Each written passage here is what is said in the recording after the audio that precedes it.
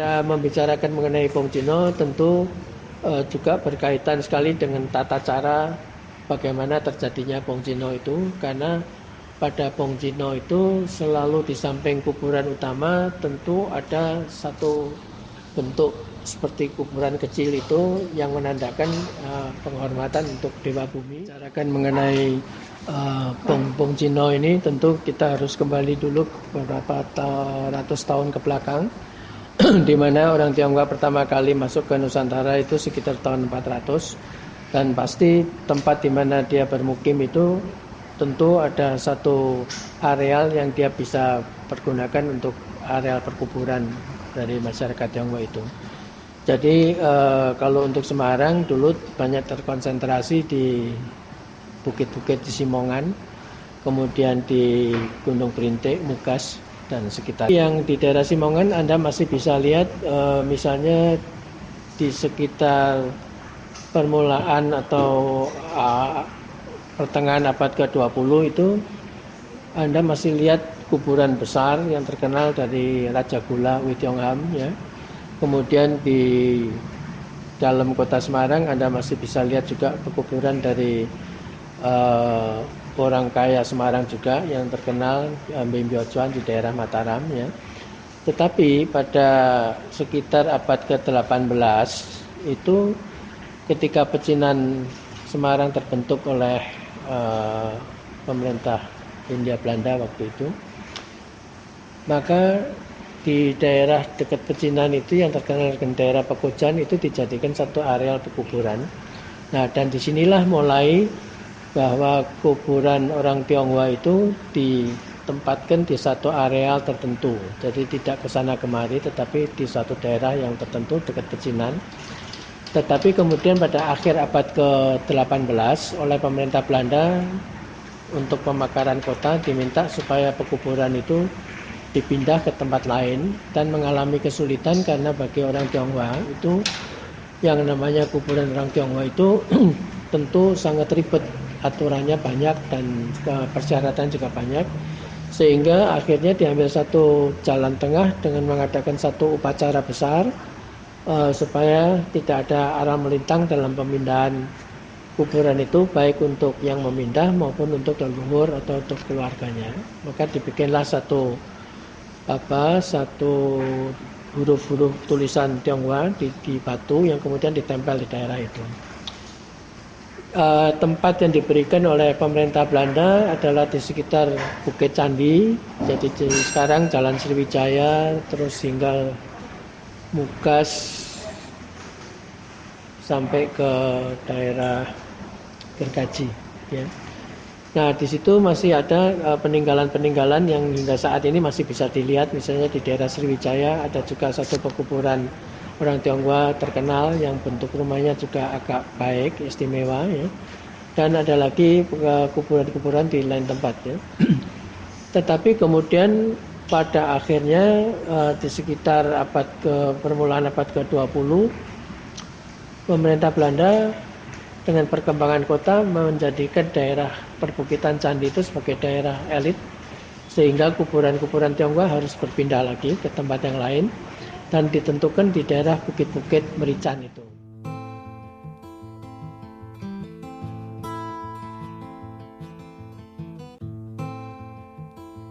Pembongkaran makam ya, itu sebetulnya kan itu tidak diharuskan ya, karena perkembangan zaman. Jadi makam itu terpaksa digusur untuk orang yang masih hidup. Nah, jadi keluarga itu sebetulnya tidak rela, tidak ikhlas lah bongkar makam itu, karena makam itu kan leluhur. Jadi supaya bisa nanti anak cucu tahu kalau disinilah orang tua kami atau mbah kami itu dimakamkan. Si pemilik lahan atau tukang bonge tadi sudah turun temurun dari ke cucu ke cicit ya, mulai dia butuh hidup ya kan. Di antara kebutuhan hidup kan dia termasuk rumah. Nah, karena kan sudah berkeluarga, sosialisasi kan suatu saat kan tetap pengen punya rumah sendiri.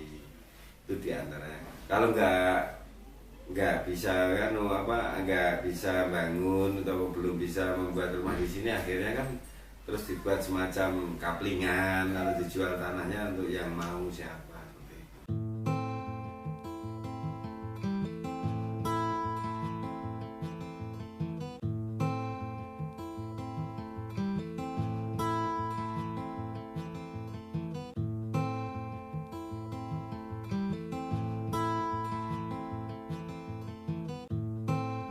Kalau dikatakan dari pemerintah kota tidak peduli terhadap makam Bong Cina, itu sebetulnya kurang pas.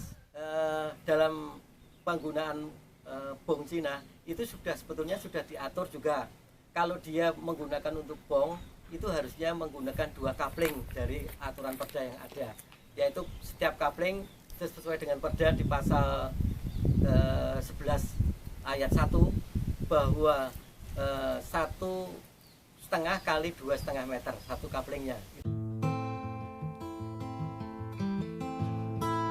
Sampai sekarang ya di Semarang tuh masih belum kompak. Memang ada itu namanya Cilamce. Cilamce itu kumpulan orang Tionghoa zaman dulu. Itu dulu yang ngatur pemakaman orang Tionghoa. Tapi justru sekarang Cilamce itu malah bikin tempat kremasi. Ini jadi kurang pembinaan. Itu tradisinya yaitu mulai kalau mau bongkar itu sebelum dibongkar kan keluarga itu harus datang. Istilahnya itu minta izin ya, sembahyang. Dengan membawa sajen secara tradisi orang keturunan itu gitu. Jadi ada yang bawa buah, ada sebagian roti, sama pakai hiu. Hiu itu alat untuk minta doa kepada yang di atas. Setelah itu baru menuju ke tempat yang ditempati dewa tanah. Minta izin dan istilahnya mengucapkan terima kasih karena menunggu makam dari keluarga almarhum ini sudah bertahun-tahun tidak ada masalah. Terus kita minta izin sama almarhum. Nah itu kalau 2 ya kita minta izin kedua-duanya. Tapi kalau 1 ya kita sebut 1. Ya. Nah, itu dia ya mengucapkan secara tradisinya dia dengan minta izin pada almarhum yang mau dibongkar bahwa pada malam hari ini atau siang hari ini makam dari almarhum umpama 2 orang ya untuk 2 orang ini akan dibongkar. Selanjutnya tulang diambil, dicuci dengan arak. Setelah dicuci dengan arak, itu tulang-tulang itu dimasukkan pada peti yang sudah disiapkan dan ditoto seperti kerangka manusia. Terus kita bawa ke tempat kremasi. Setelah dikremasi, abu akan dilarung di laut.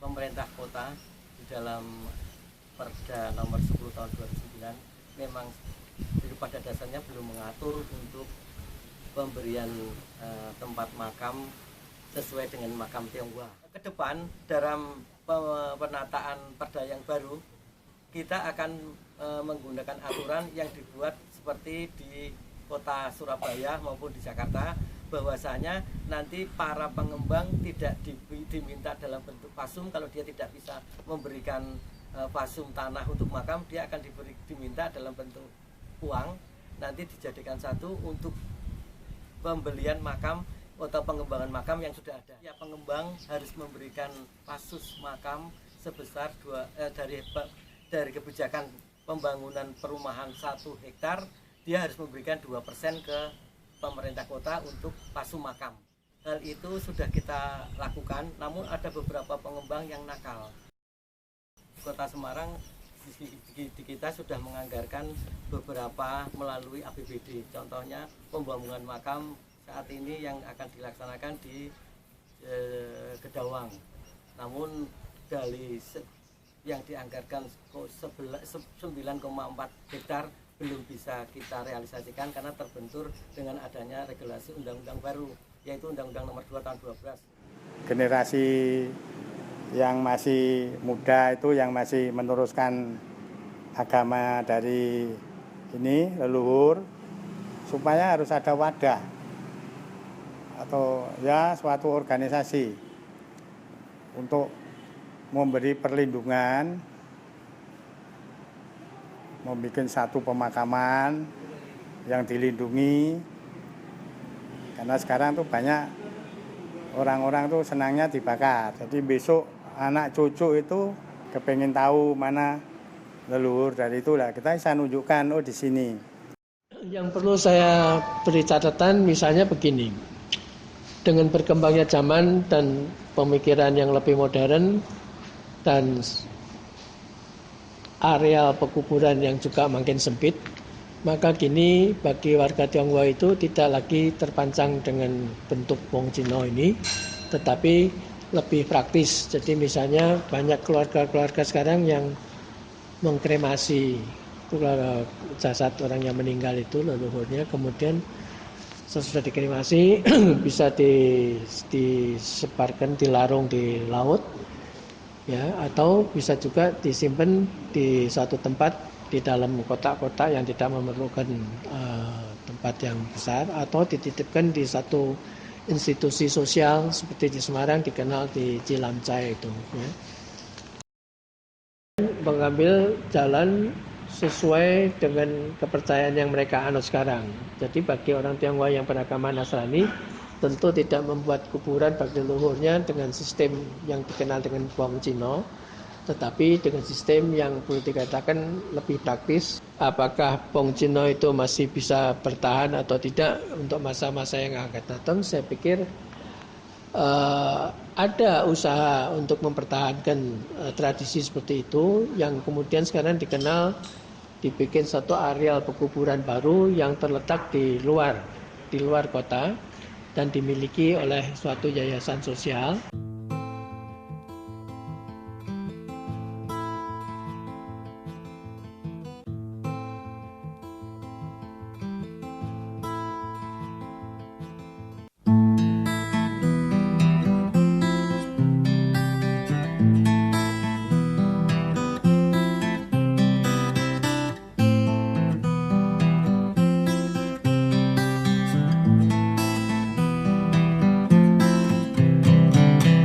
Hei kawan, lagu ini tercipta darimu, dariku, berbagi rasa. Yang kau rasa, ku rasakan sama. Marilah kita satukan asa. Ambillah bagian dan peran. Yang kau alami pun ku alami, melihat, berbagi, dan menjalani. Yang indah biarkanlah lestari, yang masalah ubahlah jadi solusi.